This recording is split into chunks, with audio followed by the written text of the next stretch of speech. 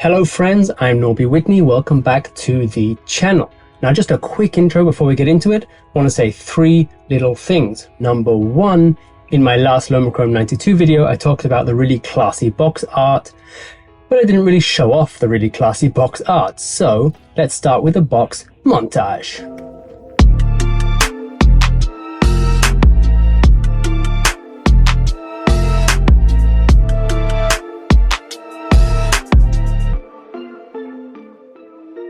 Number two, this video is going to be a kind of comparison of the three available formats of Lomo 92. For medium format, I will be using the Bronica ETRSi with a 75mm lens.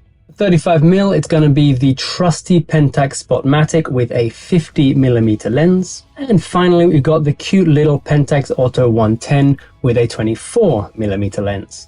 They are all equivalent focal distances, and I will be shooting the scene 3 times immediately after, one with each camera, so I'll be able to compare very much the stock and hopefully the same lighting and general conditions between each shot. And number 3 is a heads up, so you can already decide whether or not you want to keep watching this video. I will be shooting my wonderful wife, Arisa, doing some contortion, some handstands, and generally just being amazing. Anyway, let's load those 3 up and then get on out of here.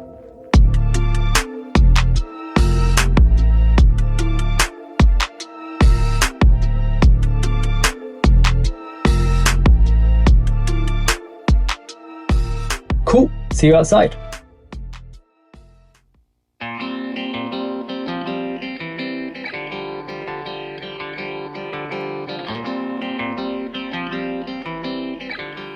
Yes, those are in fact the correct size ratios for 645, 35mm and 110. For the rest of the video, I will be displaying all 3 at the same size, 645 on the left, 35mm in the middle and 110 on the right. Back to the video.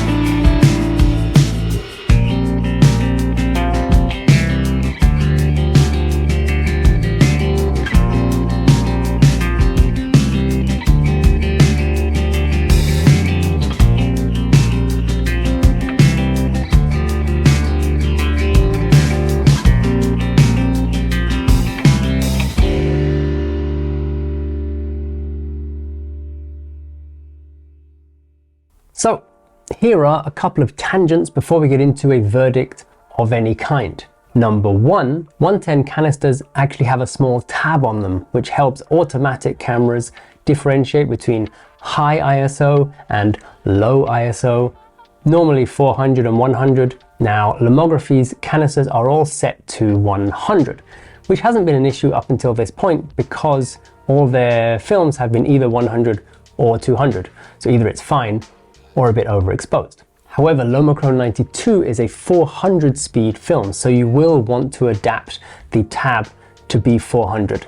It's quite simple. You just cut it in half, basically. There'll be a video up in the corner on how to do that. Number two, lab scans are generally set to auto, and different labs, different scanners, different presets will get you different results. And even being on auto, one shot to the next may have drastically different interpretations of the negative, even if they were shot almost immediately after each other. For that reason, I color corrected all the scans to have a consistent-ish look across the rolls. Hashtag, don't be afraid to edit your scans.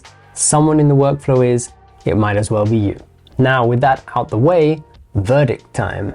And yeah, these are very clearly the same stock in 3 different sizes. Now, I personally don't think this is a 400 speed film, as a lot of the shots came out quite underexposed.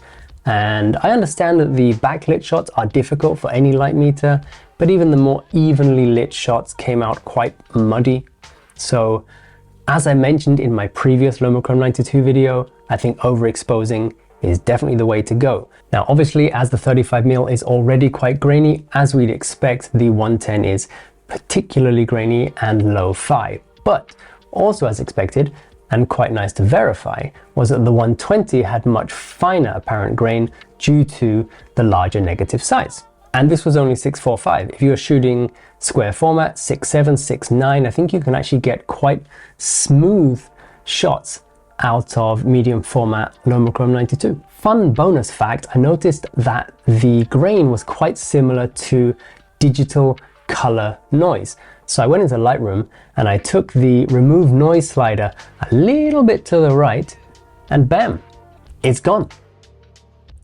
Similarly, if I move myself a little bit to the right, bam, I'm gone.